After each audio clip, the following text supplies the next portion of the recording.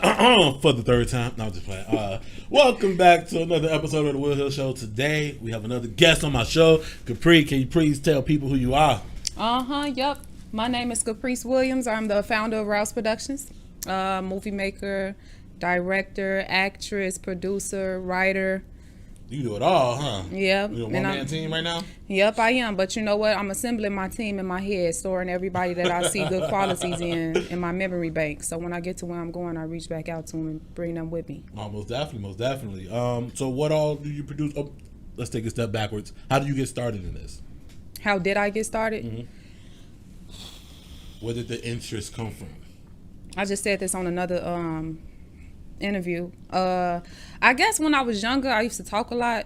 Not I guess. When I was younger, I used to talk a lot, and people didn't really like that. And I didn't realize people didn't like that until, really until now, like just looking back on it, people really didn't like you just steady talking. So I took a creative writing class in high school. In my creative writing class, he introduced us to script writing, so how to write a script and tell a story and stuff like that. Right. So I really enjoyed that class in high school. His name was Mr. Freed. If you ever see this Mr. Freed, whether it's 2025 or 2052, just know that you helped me. You probably saved my life a little bit, but the class was amazing. And ever since then, like I just started writing stories. And then when I got older, one of the girls I went to high school with, her name is Shaquille Roberts. I saw that she was doing production, like she was actually filming. And I reached out to her. I'm like, hey girl, you filming? She like, yeah. I'm like, oh, okay, cool. Can I come on set with you? Can I check it out? Because I didn't go to school for none of that. I just, everything was self-taught. But when I went on set, I just observed everything that I could, like soaked up everything. I was a boom operator, and they'll laugh at me to this day, talking about, yeah, you was like this, because them things heavy, man, bro. Look, and then you gotta stand right here for a whole take. I've been in that position. No, you gotta be like this for don't let a motherfucker. Can we curse? Yeah. Okay, don't let a motherfucker mess up, and you gotta still stay right there and hold the boom. It's like, you better get your fucking lines together so I can put this boom down. You didn't read the script. Right. So at that point, I'm just like this with the boom, like. But anyways, I came on her set, and I was a boom operator, and when I say I came on her set and I observed everybody in their role, I saw how she moved. I wasn't really that much a part of the pre-production, but after I saw that, I went and did my own research. And then I'm like, I really think I could do this. So I wrote a script. I didn't really like the way I was showing black people. I was really like grimy. Yeah, but I got a lot of scripts written, but this one was one that I really wanted to produce. I'm like, I want to produce something. Right. So that script was like really, it was like real gutter, and it's a lot of, especially as a independent filmmaker, everybody do gutter stuff. Like everybody show like the violence, the guns, the nasty bitches, the freaky bitches, That's like the stripper bitches. I think that stuff is alluring to a lot of people because most of the world does not live in that world. So like stuff like The Wire, people love The Wire because never in their life will they see someone dealing drugs. You know what I'm saying? Never in their life will they see an organization working that way. Never in their life would they see people in the projects.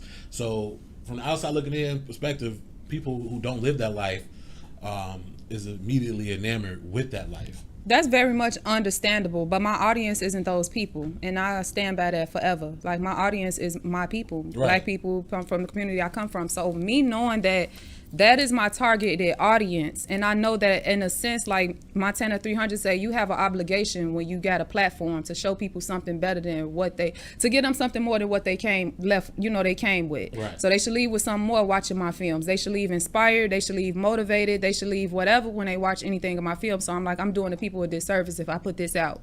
So I rewrote it and I made Journey. Journey was, even though Journey got some drama in it, you can't never have shit with sugar. It's gonna always be shit. Like, and sometimes that's just people's life. Sometimes it's just shit. But we put a little sprinkle of sugar on there, and but Journey is still like. What's Journey about? Okay, Journey is my short web series. And it's really, really hard because I feel like I write very well, but it's really hard to summarize things, and that's why I say I talk too much. So Journey is about Magnolia, and in a sense, in a nutshell, but very, very dramatized to a degree. It's about my life. extremely put the dramatization on it for the cinematic feel and everything else, but it's really a little bit about my life, other people's lives around me, stories like my best friend, my friend, my uncle, just things like that, my family. It's stuff like that that's inside the journey. So you see Magnolia, you see her past life, her as a young person, then you see her as an adult. Mm-hmm. So I think the thing that I was trying to create was to show just how, because the Magnolia as an adult is a totally different person than who she is in the series as a young kid. She's very timid, she's very shy, she's very conservative, very quiet. But as an adult, she's that bitch. Like, she don't hold her tongue for nothing, so it's a growth in that, and I think I really wanted to show that. And then I wanted to also show like the relationships, how it's important to have a friend, right? And friends, plural, like somebody that could stick by your side and stuff. So Journey is like a bunch of things. I heard people say that Journey remind them of girlfriends. Mm-hmm. My girlfriend, that show. Don't let me do too much, but anyways, they said Journey remind them of that.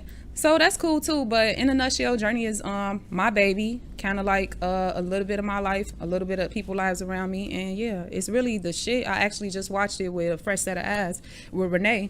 Shout out to Renee, woo woo. She's an artist. Check her out. Letters to you.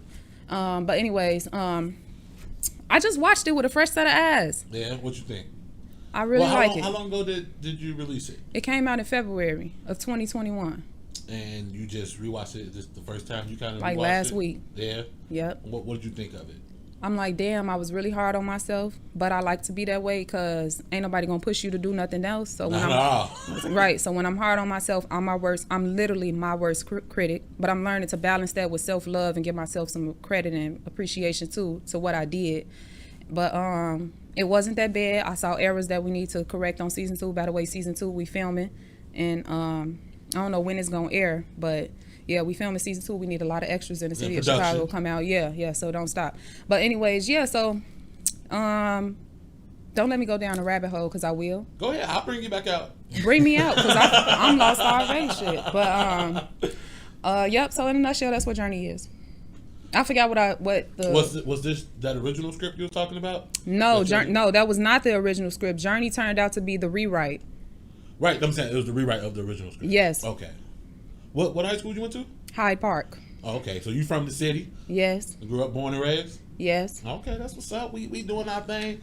I feel like people from the city, people from Chicago get respect everywhere. Right? Really? For real, because I'm a comic, and I can go anywhere and just be like, oh, I'm from Chicago. Oh, you from Chicago? All right, I'm gonna put you up. Like, it is crazy because apparently a lot of times people think of comedy, they think New York or LA, but Chicago got the best comics, and comics all over the nation would say that in a heartbeat. Like, it's crazy. So anything coming out of Chicago is always know what, that's interesting, because I was just listening to somebody say that I think it was like the rappers, they were saying like, can't nobody fuck with the niggas from Chicago, and I'm like, dang, I'm so happy to hear that. Yeah, no, we a whole different breed. Like, like it's crazy because, like, of course, growing up, because I went to Julian, like, of course, growing up, I always thought like, the rest of the world is like this. You know what I'm saying? Yeah. Every hood got the same problem. Yeah. And like, few and far between. The answer is yes, but then like Chicago is just a whole different beast within itself. So like you were saying, with all that shit, here come flowers. Mm-hmm. So like, we kind of turned all that shit, made it manure. Yeah, manure, now we growing for strong, sure. boy. Yep. Chicago finna take off. I can't wait to see what everybody from here got going on. Yeah, for sure. Not to knock nobody else and what they got going on, but I'm homegrown, so it's like, oh no, you got to start with your people first. I really believe in that. Like, this is something that I'm comfortable saying. I really believe black people need to focus on black people issues before we jump on a bandwagon. Not saying that other people issues not important, but we need to resolve what we got going on first in-house in order to fix some other stuff that's going on elsewhere. So what would you say is like some steps to go towards it? What are we missing? I think we need to start building a stronger community. We need to start networking. And then, you know what? It's like a lot of hate for your people. I see people who will support somebody that don't look like them before they support somebody that look like them. Mm-hmm. And then, like, if you a person that's like And at some point in my life, I'm guilty of this. Like sometimes we'll exit ourselves out of a room thinking we don't belong, and then leaving everybody in that room like you won't support them, you won't, like look out for them and do everything else because you feel like you don't belong, or you feel like this person may be different from you, and different sometimes is very much fine. Right. You know what I'm saying? So yeah, I feel like once we start building a stronger community, we start really learning how to love ourselves properly and love each other, then I think it'll definitely get better. But I see that happening. I really see that happening. I mean, I agree with you. I think, because I'm 31, so I see people growing up in the way we grew up different. A lot of us grew up in single parent households, and I see a lot of my male friends, a lot of my male peers doing what they got to do, right? And I'm like, that makes me happy. I ain't got no kids, but that makes me happy. And it's like, all right, some of us are learning from our mistakes. And it's got to take a handful. And that's then it spreads, because I know some dog dudes out here who got a couple of kids, ain't seen them in years, and ain't trying to see them. So like, I don't know. I'm glad to see that it's happening, even though it's a little bit.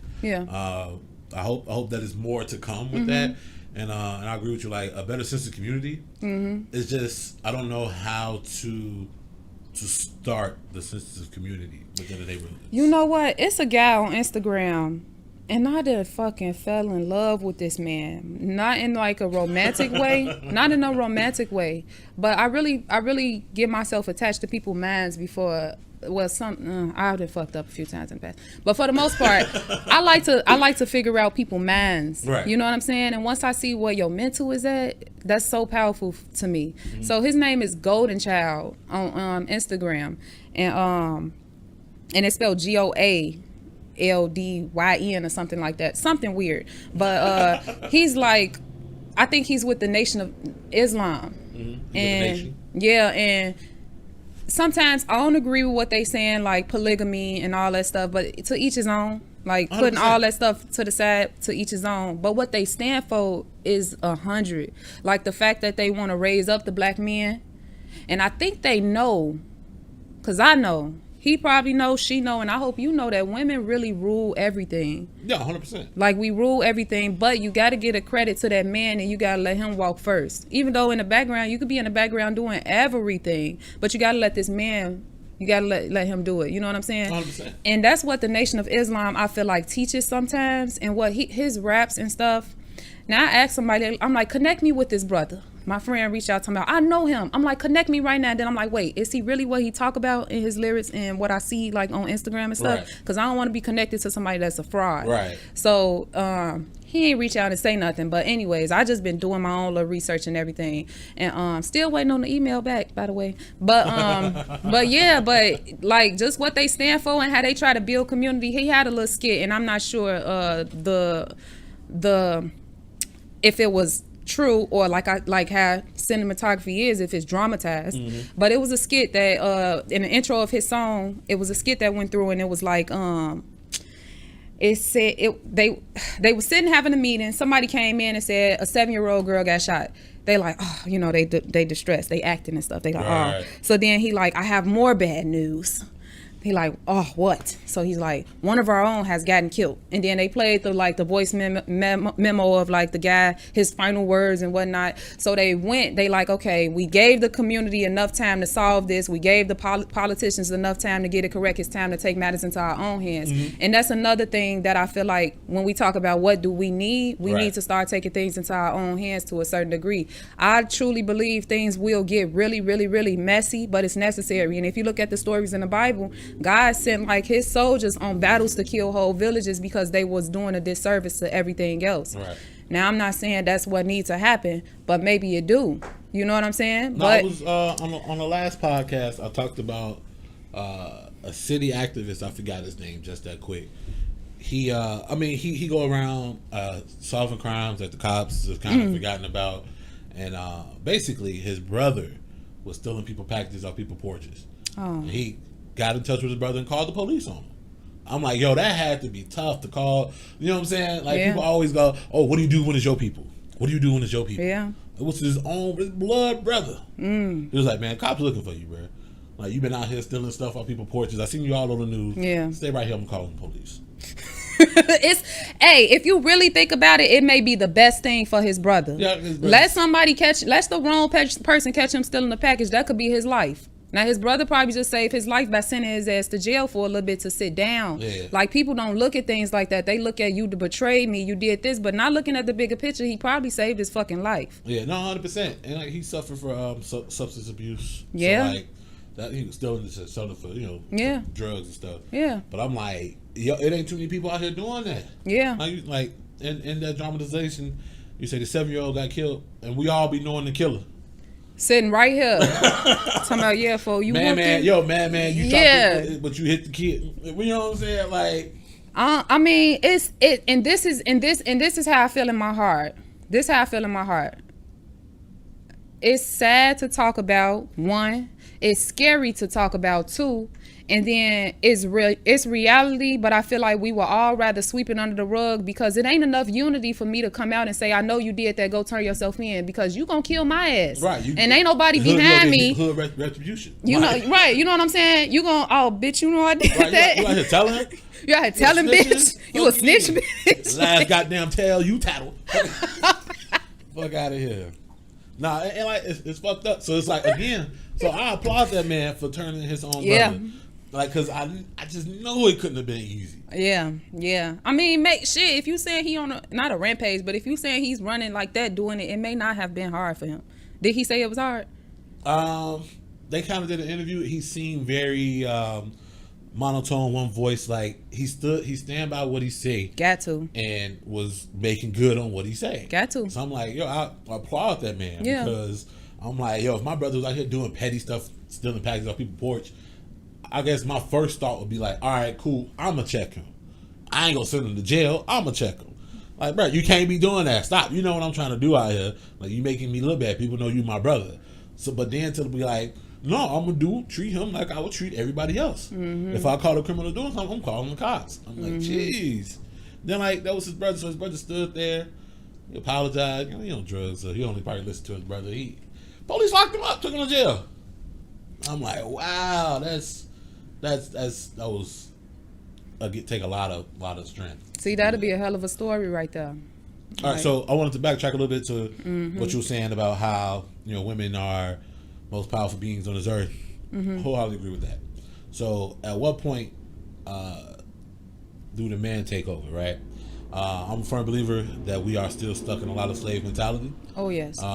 They did everything in their power to reverse how we think, how we should think. And that's why in the black community, women are put first. That's why more black women go to college, more black women are now owning businesses, and less black men are, because in the household, the woman had the better chance of not being killed, not being kidnapped or whatever.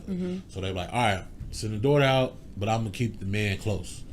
That's what a lot of mothers did that. Yeah. That's why we see a lot of times women don't get along with their mothers because there's only one matriarch. But men can stay at the mama house forever because the mother's gonna take whatever BS he got going on and hold him close because she know the real world is out to get him. So to me, I think that's one of the biggest hang-ups we have to get over, right? And I say that, I guess, at the risk of sounding like what's the word? What's the opposite of a feminist? I don't know. What's I mean, what's the opposite of a feminist? Huh? They made up a word called minimist or some shit like that. Whatever. Manimist. Yeah. Because right, it's almost sexist. like, I think sometimes sexist is related more to the males. Okay, but because I'm pushing for more men to go to college, but I don't know. It's difficult to say because then, like, if more men go, that's less. I want to say less opportunity for women to go, but it's so many colleges, so many places. It's not really taking places. You know what I'm saying? For one man to go, it's not saying one black woman can't go. I'm just saying I think as a community we need to push the black men forward. Like we do that so many times. Oh yeah, he doing good school K through 12. All right, go get a job and get your girl who going through this nursing program. You go hustle and sell drugs. It's cool for you to do that, but make sure she get through school. And it's too much of that. Like I think that's the biggest thing that I think a lot of us need to focus on. A lot of us not ready to talk about. We all ready for the man to step up, but we ain't talking about his upbringing. You know what I'm saying? I was listening to. I had found an AM radio station. I think it was like 1690. It's a black radio station, and this lady was talking about how she want to start a foundation for,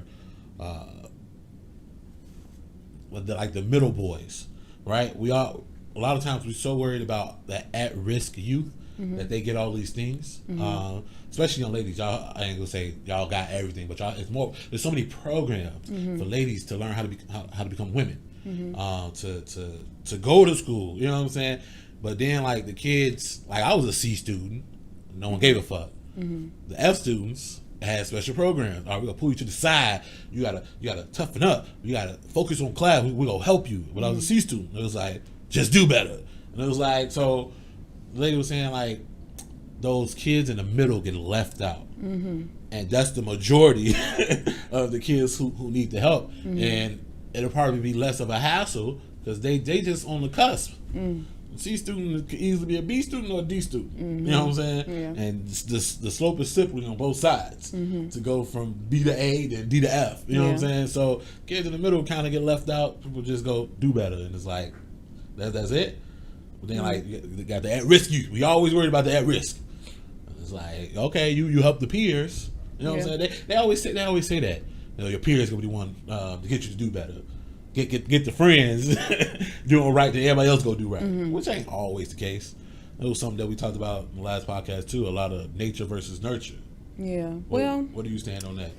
Well, you just hit like 4 different points, but one that's kind of stood out to me the most was the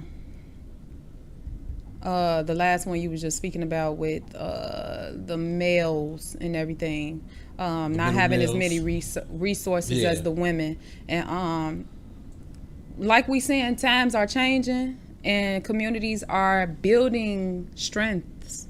Like on 79th Street, 79th by Cottage Grove, there's a organization that only have chef men from the ages of I think 14 to like 24. They could come cook. So what I'm saying, I say that to say, men are recognizing it and men are taking initiative, and they have been taking initiative. I'm a case manager at a shelter. So it's like 4 different programs under my entire organization, Unity.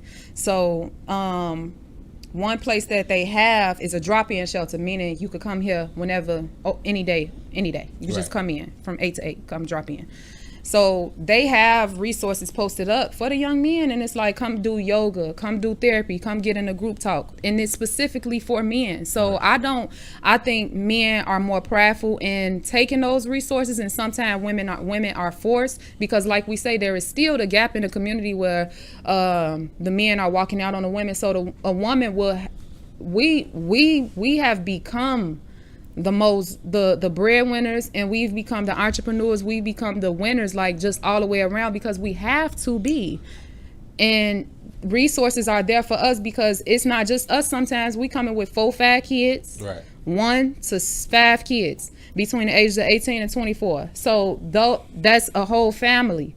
Now the resources are out there for men, but they not filling up, because they have too much pride to maybe go. If you got too much damn pride or whatever, to mental health issues to take care of a kid, you damn sure ain't gonna utilize the resources that's out there for you. So those resources are out there and they are available. I would encourage everybody to do their research, depending on the cities that you stay, because they are available. I hear you, and I think there should be more. What I was saying it's all, to me. I do my best not to speak in definites, because it's always an exception. Yeah, it's always one, right? So I great. I applaud everything that they're doing there. I think there should be more, right? Yeah, but it's got to start somewhere. I hear you. They're underutilized. They're underutilized by the men, but they are available. So I believe once the demand come for it to be more, they will create more. But they not filling up what they already have, and that's what I just truly feel. But you hit on something earlier. You said most women were kind of forced to do these things, right? Yeah. Why the men ain't being forced? Because of how the upbringing was. Like, if anybody ever read the Willie Lynch document, like in addition to Rouz Productions. So I was going to ask you, do you think all this is systemic? Hell yeah. Everything that we go through is a systematic thing. I was just telling my mama on the phone the other day, like, you can't see depression. You can't see fear. You can't see anxiety. So those things are mental and they spiritual as well. Those are spiritual demons attached to you. If you can't free yourself from them spiritual demons, you have to live with those for the rest of your life. And you don't see it and you don't create that balance because you thinking in a physical realm. So here you are on all this medication. Not to say that some people are not really suffering from schizophrenia, bipolar, and all those things, but those are like disorders, you know what I'm saying? Those are mental health disorders where something is like really chemically wrong in your brain. But something that comes upon you, like you may be depressed or sad about something that you just don't understand, it's a fucking balance in life. Like people don't understand, you gotta tap into spirituality. Like life ain't just about the physical things. That's why people get caught up in all the bad bitches, all the money, all the clothes, all this stuff, because they don't have a balance in the spiritual realm. And you have to have that balance in order to even sustain yourself in life, period. Are we just talking black here? I can only speak for my people because, to be honest, I'm not too close where I'm coming to my friend. All my friends are black, so I come to their house and go through their refrigerator. So that's who I'm speaking about. I mean, my best friend white, not same. No, thing. I don't have any. Let me just double check. But no, I don't have no really close friends that's not black. No, my best friend is polar opposite, right? Okay. I mean, I grew up 97 Halsted. That's considered a hood. Ain't the hood, but it's a hood. My best friend thought all the bad stuff that happened in neighborhoods was in movies. He did not, that's his life. That's the perception of the world that he had, and I understood it, right? I get it. Why? How would you know? You know what I'm saying? How would you know Inglewood is real? You know what I'm saying? How would you know that people bringing guns to school for protection or the gangbang was real? You know what I'm saying? Like, bro, that was everyday life. Oh shoot! Dang. I knew I was missing somebody. I'm sorry because I want to give respect. I love my brother Nirmal. He from India. He's he's becoming a part of my life. And then I have another brother named Yakub. He's from Poland. Yeah, he's from Poland. Yeah. So yeah, sorry y'all. I definitely forgot about y'all. But I can't go through their fridge. You know what I'm saying? But I'm just saying, like family. You know what I love y'all. I mean, that takes time. Exactly. Thank you. But like, me and my best friend, we 10, 12 years in.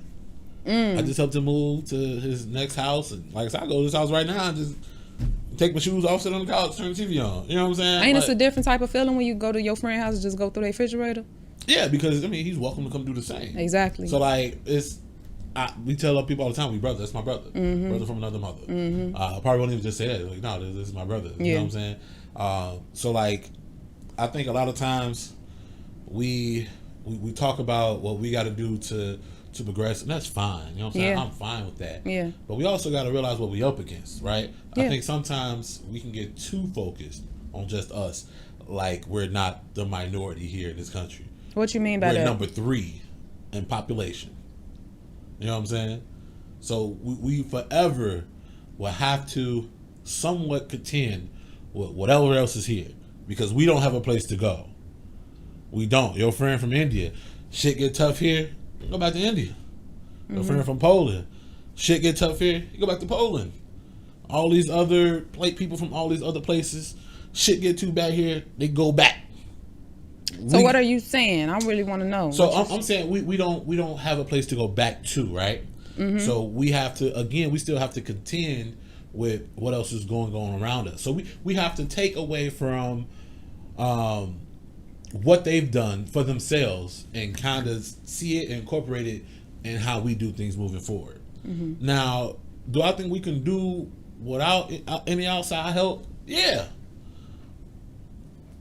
But the level of difficulty on that is extremely high. I didn't say it was impossible, just really difficult to do. But I do think other cultures here do have things to offer us,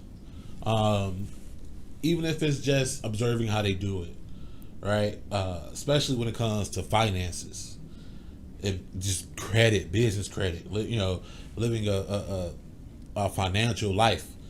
They don't teach that at our schools. They don't teach that at their schools. Let me intervene. Let me interject. This is a conversation. Talk. Yeah, because... Okay, look me in my eyes real quick. I've been doing it the whole time.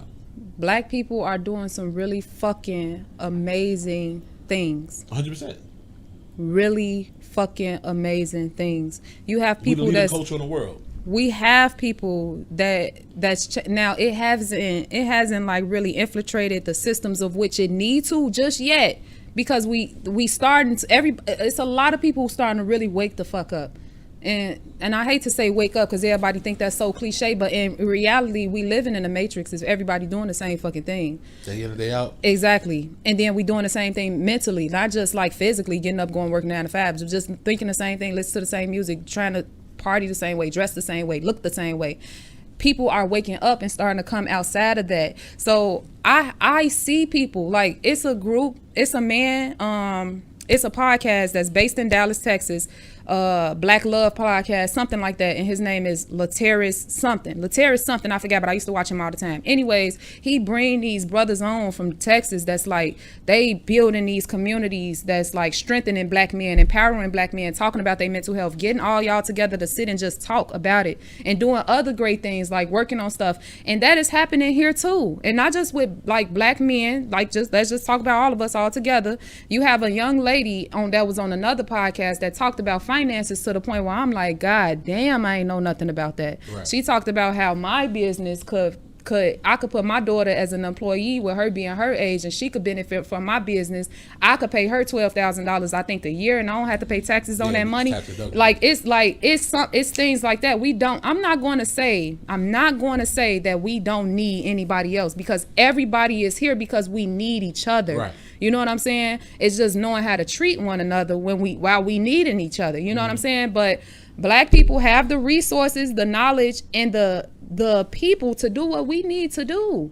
It's connecting those dots. Right. If you have bread, he got fish, she got rice, and I got juice. But you in Texas, she in California, he in Chicago, and I'm all the way in Mexico. We don't connect with each other. We not gonna sit and ever have a meal together. Right. We gonna build your meal where you at, but if we come together and sit at a table when now we eating together, like how I just asked you to fix my computer, we gonna eat together, because I'm gonna make sure I take care of you for fixing my computer. And if somebody else need a computer or want something fixed, who I'm gonna call? Will. Oh, I know this motherfucker up and woo who could put this computer together. Oh, him. Oh, I know somebody who could do real good on the tech side.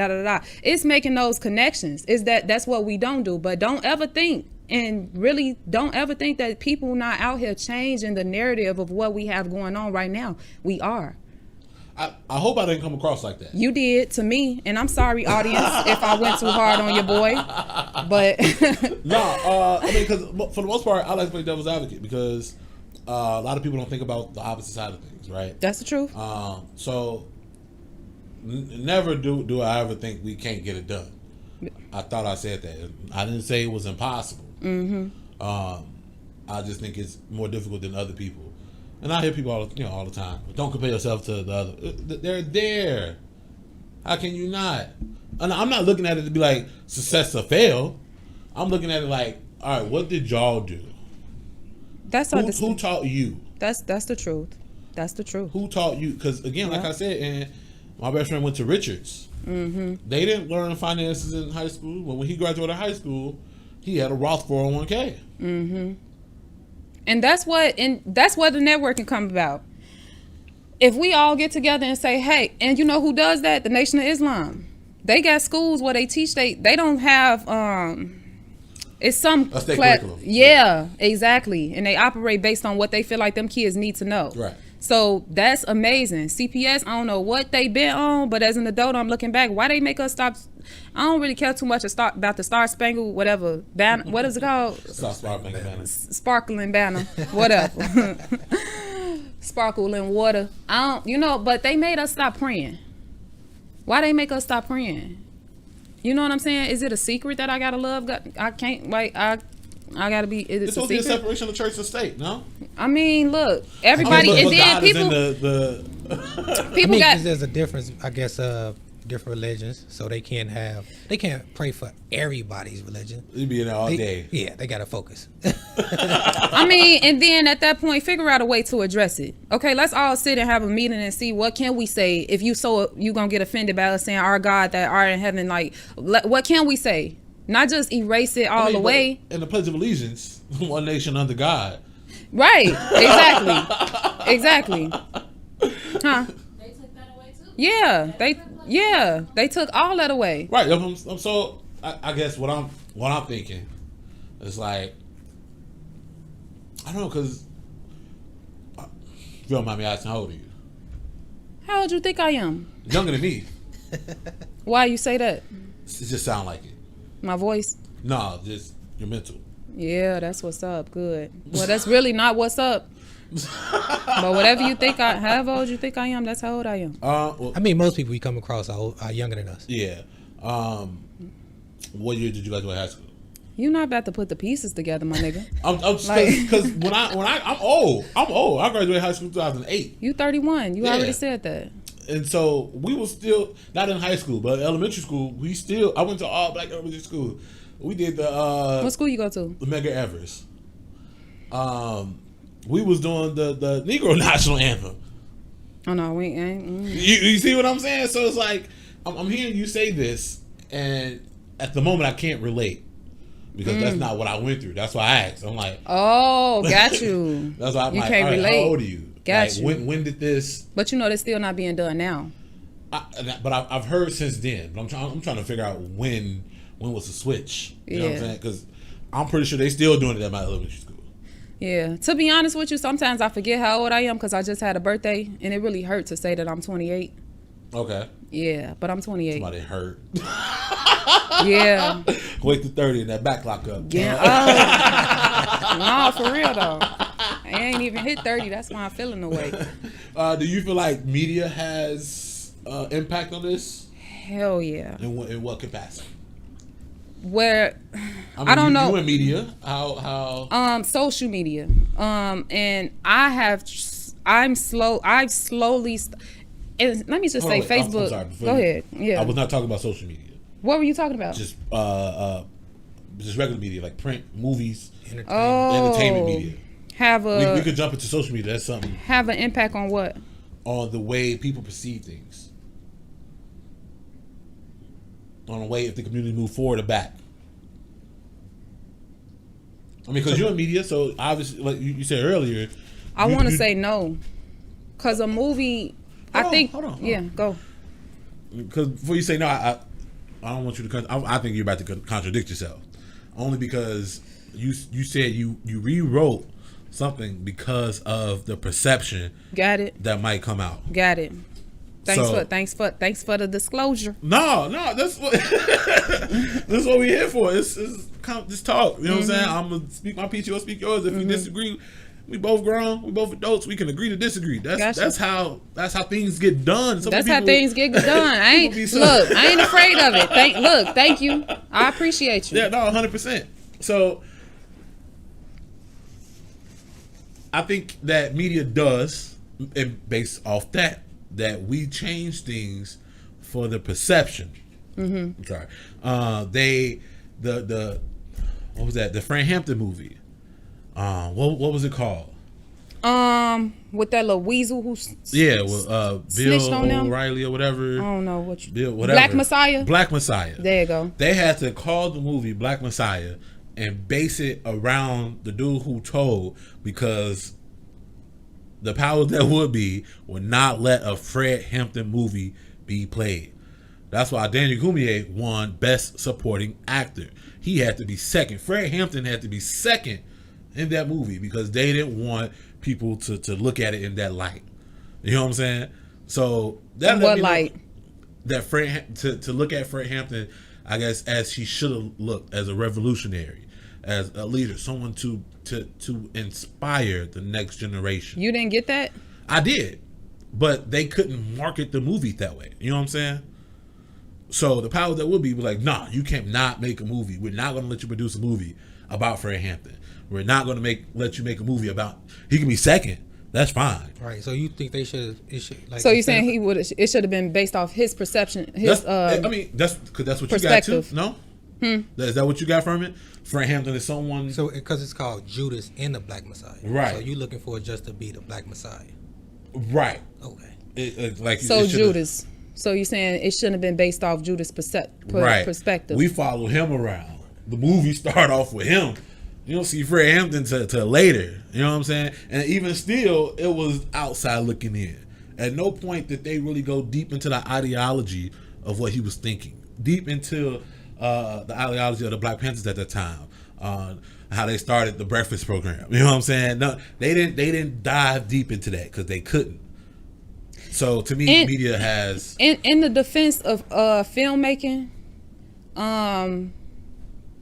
sometimes you don't have enough ground to cover all of the details that you would like. That's why I really feel like books, and I don't read as many books as I know I should, but I really feel like books give you a better understanding, because even people say when they watch like Harry Potter, oh, it wasn't as good as the book, because they was able to give you everything detail by detail in the book. Books, right. But they're not able to do, they have to paint a perception, because sometimes it's kind of hard to create something as a writer. It's kind of hard to create something. How can I say this? It's kind of hard to write a character. And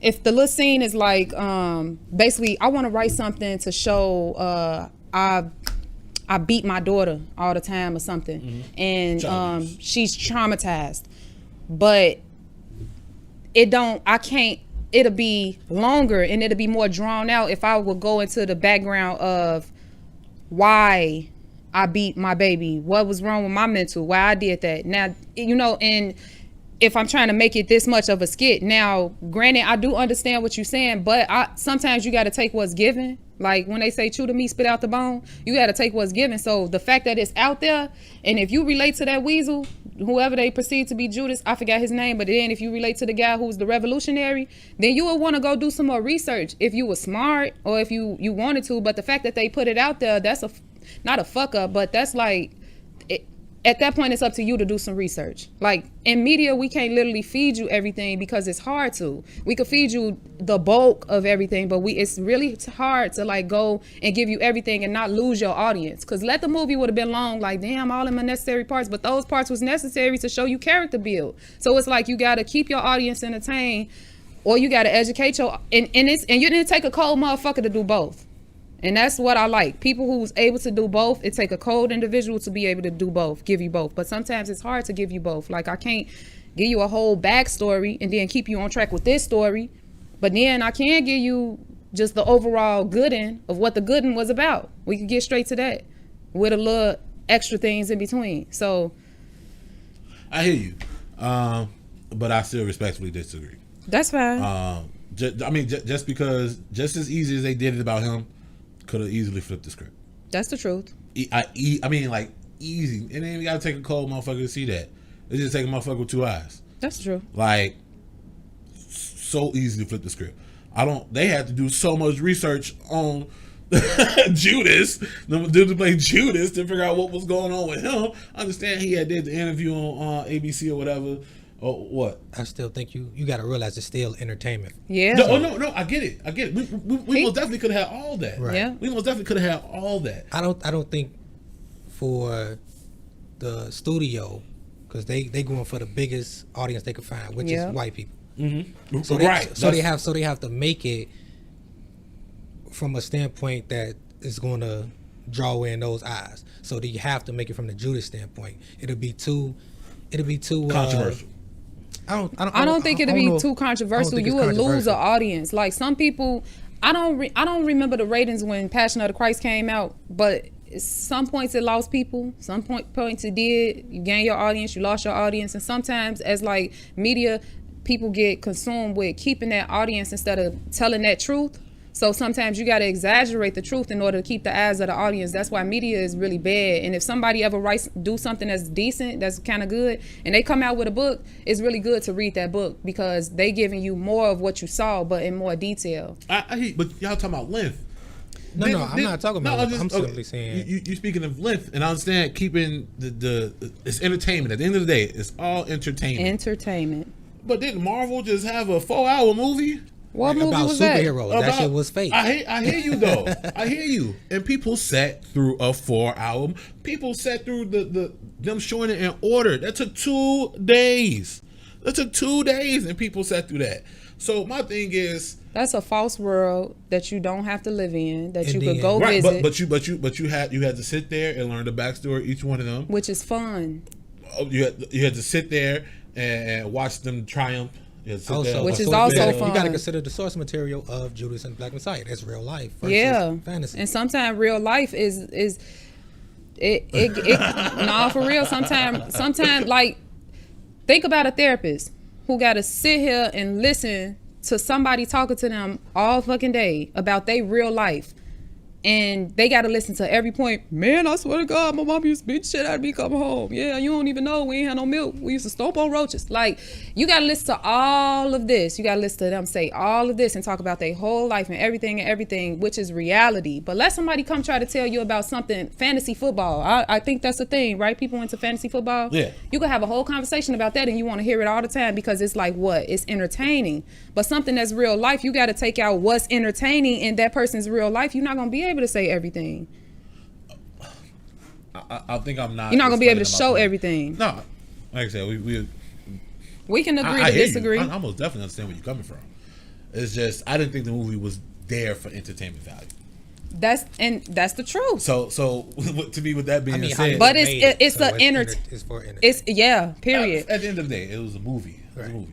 If it was supposed to be there for educational purposes, they have documentary things that could do that. You see, because people don't fucking like documentaries. They don't like to. People watch serial killer documentaries all the time. That's different. That's interesting. Like to see the man of something that's, you know what I'm saying? I guess it depends on what interests you. So if somebody was to go do a documentary on a Black Messiah, that probably wouldn't get as many ratings as this one just did because it won't be as entertaining. You will have to really sit there and hear people talk. Like, you know what I'm saying? It's just a different. Okay, so. There was a documentary about the dude who his name was Bill, I forgot. And after the movie, talking about it played through William O'Neill. The guy who tricked. Yeah, right. He was the snake. Right, and at the end of the movie, they showed how he actually did an interview before he killed himself. Right. That shit blew up, like millions of views, millions of people searching for it. He killed himself though. It's something that's fucked up to say, but I'm just saying that's. Because he knew he was wrong, or the guilt. Maybe we don't know. We can't get no answers. He admitted. He admitted a lot of stuff. Yeah. But my thing is, again, if that could spark people to go do research on Bill O'Neill, the movie done in another perspective could have sparked people to do more research on Fred Hampton, which I'm sure people did. Which they probably wouldn't even watch if it was done in the form of a documentary and had more details about what happened. Because there are documentaries that's out here that will really tell you about the Black Panther movement, the Civil Rights movement, all these other things that Black people have done, and they are out here. But for entertainment purposes, like I'm saying, you have to keep your audience entertained or you will lose them. I hear you. So do you think independent media have more options than mainstream media? Hell yeah, because you don't have somebody saying, hey, for this $2 million, I dare you to take out the president was racist. You know what I'm saying? Shit like that. So you got freedom and you got control over what you feed your audience and what you show them. Right. Okay. I get it. Did I just win you over? No.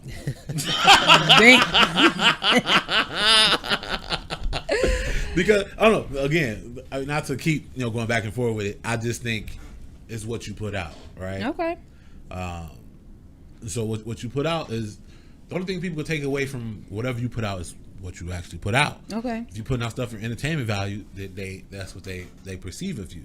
Like we've done skits and stuff, and people see me and they will blurt out something from the skit. I'm a comedian, so that's fine. That's what I'm putting out. Mm-hmm. I'm putting out comedy. Mm-hmm. Yours sound like it's more dove into the real world stuff. So when people see you, they want to talk about what they seen, real world stuff. No, mine ain't really like it. Ain't. I said it's like my life, but dramatized. So it ain't like a bunch of like real world stuff. Because ours ain't rooted in real life. We got a pussy juice beard oil, like. Yeah. Like you can't bottle that shit up for real. You know what I'm saying? They gonna make your beard grow. But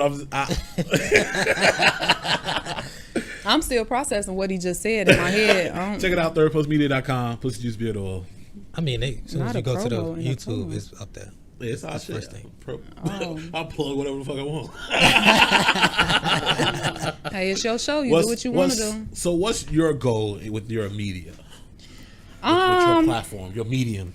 You know what? And I would really like for people to hold me to this. I would like to make things that's entertaining, because sometimes, no bullshit, I battle with like staying true to myself and then saying, dang, this video ain't do numbers. And then, cause like with some of my videos, like I just talk, and then I'm like, damn, I could have did my makeup, I could have did my hair, I could have fixed my braids, I could have did something, could have put some little jewelry on, did something. And I battle with that because I feel like my message is still clear. Right. But then I see people who's like got their makeup done, they laid, and they snapping with the clothes and all that. And I just don't too much. I like to, you know, I don't know how to explain it.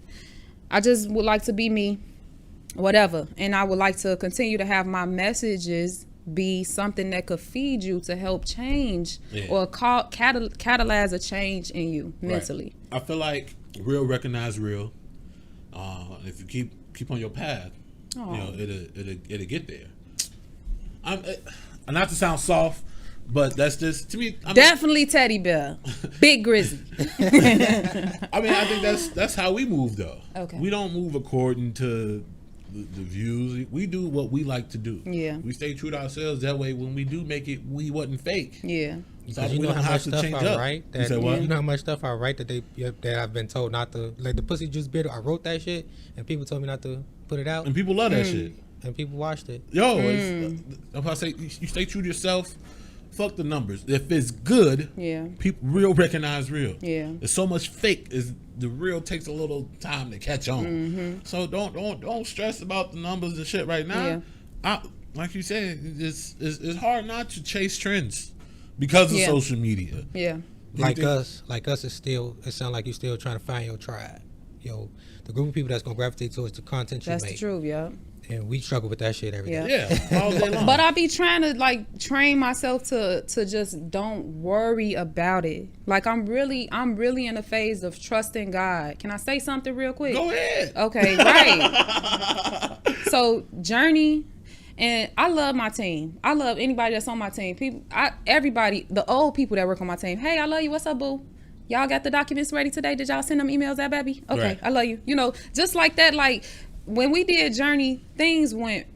They didn't go extremely wrong, but some things that could have made somebody freak out. The fact that God is literally, and I hate that I ain't start this off, but God walks with me. God is a God in me. God is in me. Like he built me. I'm made in his image and in his likeness. So that means that he made me with a little bit of him. Right. So when I trust that, and when I trust that what's for me is for me, and what I do is what's going on. Why you keep looking at him? I'm trying to get his attention because I can check the time. Oh, I'm going too far anyways. No, you're good. I just need to know where we at. You almost said out. You good. Okay. Talking about, hey, she could shut up. But no. No, hey, I'll shut this shit down. All right, y'all, that's it. Turn this shit off. No. Talking about, wait a minute, I'm still talking. But anyways, long story short, God is with me. No. And I don't By all means, dive all the way into that. No, because I do, but I'm saving this for one of my videos. So go check out Rouz Productions. A promo. Shout it out. Promo. Sure Yeah, check out the YouTube channel, and I'm on Instagram. What's the channel? Rouz Productions. Goddamn. Rouz Productions. We'll have a link in the description. Rouz Productions. ROUZ Productions. L.C. And then I'm on Instagram, Rouz_Productions. Anyways, my DP was like, Mama, we don't have the fucking da-da-da-da-da. Like, this the one from Poland. So he like, Mama, we don't have this. We don't have that. We don't have this. And I'll be like, okay, Yakub, I get it. Don't worry about it. And he like, why the fuck do you just think it's just okay to be so fucking chill? Like, you're just so fucking chill. And I'm like, because, like, I notice when I stress, I feel like I don't have control of the situation. And then when I really think about it, I don't have control of the situation. I could just do what I can do. Yeah, and I could just trust literally that God is going to make a way for whatever it is, and I believe that he ordained my steps, and everything that I come into is his divine order and his divine timing.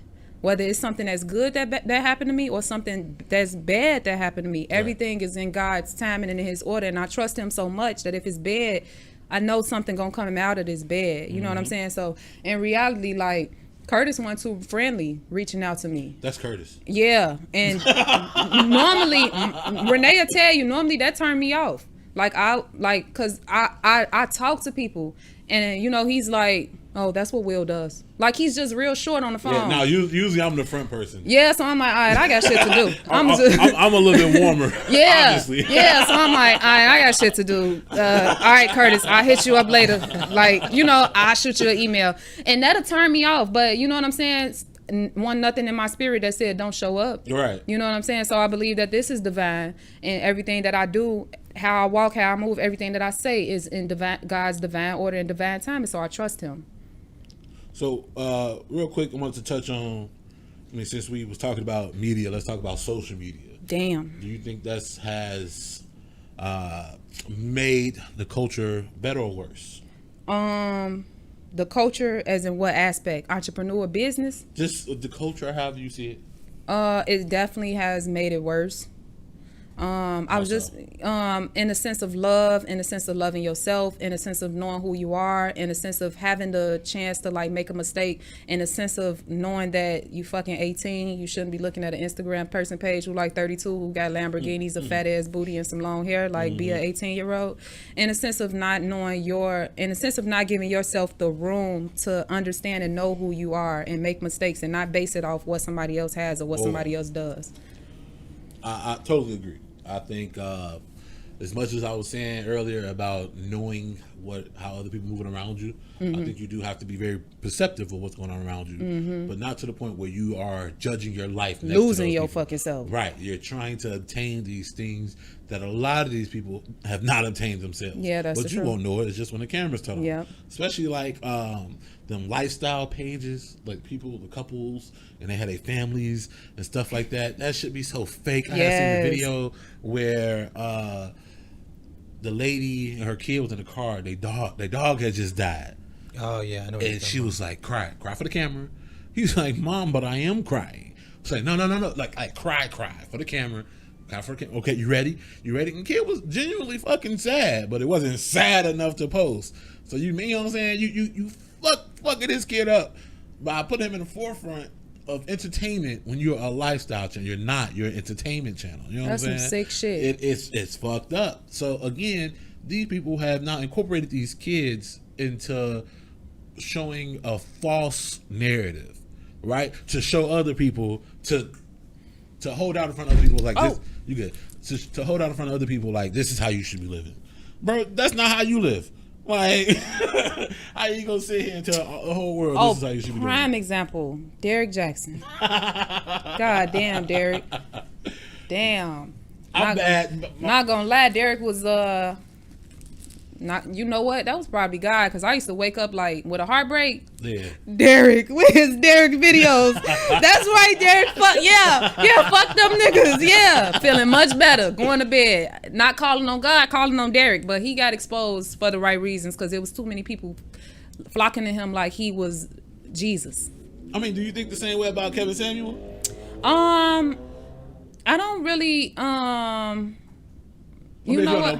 We'll slide back. No, because I'm just trying to see if Kevin ever come for me, will I be prepared? Because that's a very intellectual brother, and sometimes I feel like I need to get my intellect up. Because if he come for me, I don't want to go like he say something that's intellectually offensive, and then I go straight to the fuck you bitch ass nigga. Like I want to be able to say, in the simplest regards, Kevin, I apologize that you feel that way, but quite naturally, I disagree. I just don't have the mental capacity to go there. But to speak on Kevin, I don't know what's to Kevin, but I think he's sweet. But I can say he hurt some people's feelings. He is offensive. He is very offensive.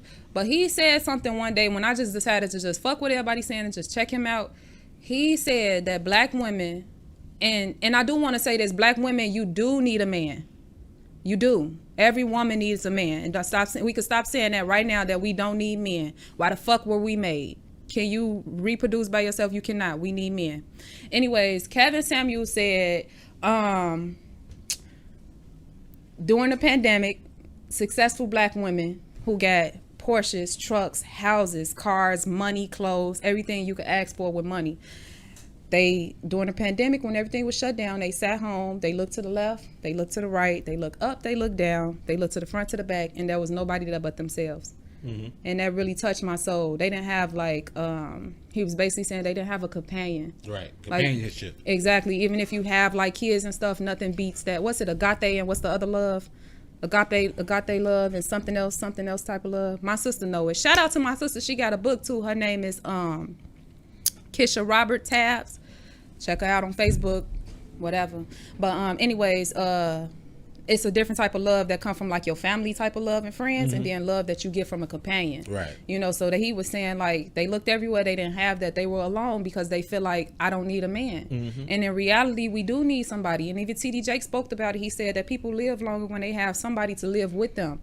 Like even if it's somebody that get on your nerves, but you love them, like y'all living together, you live longer. Even if it's a cat or a dog. Right. You know what I'm saying? So we in this mindset of not needing people, but in reality, we, like I say, we have to be that way sometime when a motherfucker try to pull you like, bitch ass nigga, don't worry about it, I got it myself. Need you. Exactly. Right, you only. You know what I'm saying? But I 9 billion people on this planet. Exactly. So he makes some valid points. Is he offensive? He's very offensive. Don't get on his show. If you know you gonna be offended because you know he an asshole, don't get on the show. Don't get your dumb ass on the show talking about I think I'm a 20. Don't do that. That's all for me. I swear. You go there asking his advice, knowing who he is, and then get upset. Yeah. What? Is you want to keep his ratings up or something? You go to church and hear a gospel song. Why y'all singing? What? Who in here talking about Jesus? Why you always talking about Jesus? Why you in Deuteronomy?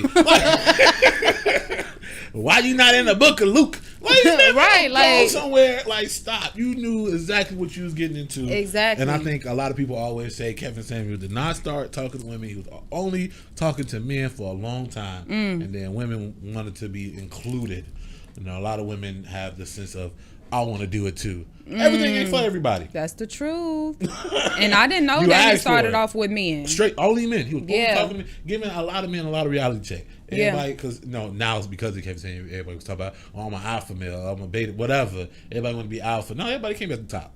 This is how it is. Yeah. Everybody can't be at the top. Yeah. But these men thought they were men when they were still boys. It's like, like, bro, you can barely feed yourself, and you want some woman to submit to you. Like, you know what I'm saying? You have less understanding of yourself, and you want somebody to understand you better. Yeah. How can you ask for certain things when you don't have it? Yeah. Right? And it was only for men, but women wanted to be included.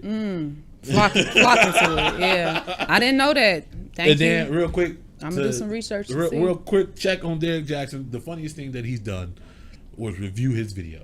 Yeah, he reviewed his reviewed his video and paused it and gave talking points on what he was saying. I was already done with him, but I was all the way done. He tried to redeem himself? No, he was still creating content. Oh. So he's never going to give a real apology. So this is what I want to say, right? And just like earlier, way back in the conversation, we was talking about I casually mentioned polygamy. Give that woman an option. If you know that now some people go into things and not know, but and this may start a lot of controversy, but just keep it real. It will hurt more it will hurt less if you kept it real and told me something. I mean, it's not polygamy if you just cheating. No, I mean, but some people know. I know people that have. They really fuck with this girl and they really fuck with this girl, but they can't give them both up. You know what I'm saying? And at that point, you may be a polygamist, and that may be totally okay. Let both of them bitches know that you want both up. Yeah. And if they walk out on your dumb ass, then guess what? It's 9 billion motherfuckers. You know what I'm saying? But just give a woman an option and let her know, I don't know. I hear you. I don't know. I don't even want to talk about that because I don't want people arguing me down, talking about whatever. No, see, my thing with a lot of shit is when people try to force their opinion on you. I hate that. God damn it! Can I think the way I want to think? Yeah. But I learned to allow people to have their own opinion. Yes. I think a lot of people I've learned that. I've learned that. I can have my. I mean, we've done this whole entire time. Yeah. We sat here and had a conversation, and points where we disagree with each other. We said our point. It was like, all right, I hear you, I understand you, but this is how I feel. Mm-hmm. You're entitled to feel how you want to feel. That's the truth. I can't make you feel no certain type of way. Honestly, I don't want to make you feel nothing. Don't make me feel no type of way. Don't feel nothing. I want you to have your own shit. That's why I'm quick to play devil's advocate, because I think a lot of people miss the other side of things. Are you like, you said you don't have no kids? I'm learning how to be that with my daughter. Yeah. Sometimes I'll be forcing my opinion on her, but she's her own person. She's her own person, and I'm learning that. And it's conversations like this in the community that need to be had. You may 100%. Be exhibiting some patterns that you was taught, and that you need to go ahead and change the narrative to, and put your pride to the side. Apologize to your kid if you was wrong. Like, talk to your kid, allow your kid to have an opinion and speak back to you and say other things, and not know black mama smack in the mouth. You know, sometimes you may need to check your baby, but for the most part, they their own person. So yeah. Yeah, no, 100%. Yeah. I think in the last podcast we talked about nature versus nurture, and that was pretty much my talking point. Like, people have kids and they want to raise them a certain way, but you got to remember that they are the individuals. Yep. They are going I'm learning. Live their lives according to how they see it. All I'm you can learning. do is let them know your experience. I'm learning. All right, man. Yep. We got to get ready to wrap this up. All right. Any what? I got a few things I always ask. What I always ask? Tacos. If you could have tacos or wings free for life, which one would you have? Fuck. What kind of tacos? Any taco. Damn steak tacos. Well, any taco. It's free for life. Taco versus wing for life. What? I'm gonna have to go with the wings. Before we get off, you got any hot takes? Anything you want to talk about real quick? Yeah, we filming in Chicago. Send us an email address if you want to be an extra. We have 5 different locations in the city, and some are outside of the city. But email us at extras@rouzproductions.com, and you need to do that like immediately, because we're going to start filming for extras October 22nd, 2021. So shoot us an email. We got a skating rink scene, a courtroom scene, a restaurant scene. Shout out the email one more time. Extras@rouzproductions.com. Do they need to send a resume? What? No, just say you want to be an extra. Don't send no headshots. You don't want no headshots? I don't want no head. You come up look like this. I don't give a damn.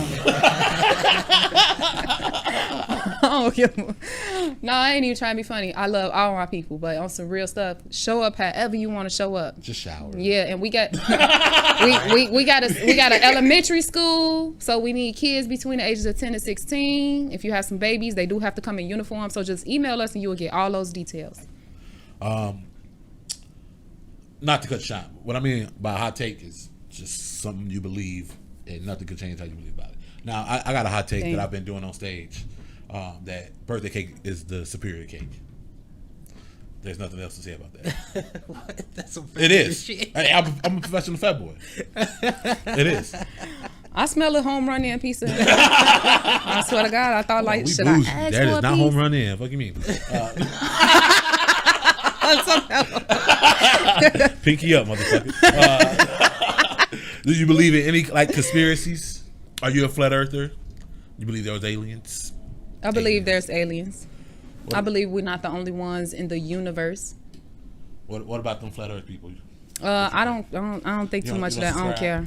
I'm alive. I'm living. I'm walking. I don't fall. I just love flat earthers. They oh yeah, we supposed to get one on the fucking podcast. Ooh. I don't know, but I got questions. Boy, I swear to God. All right.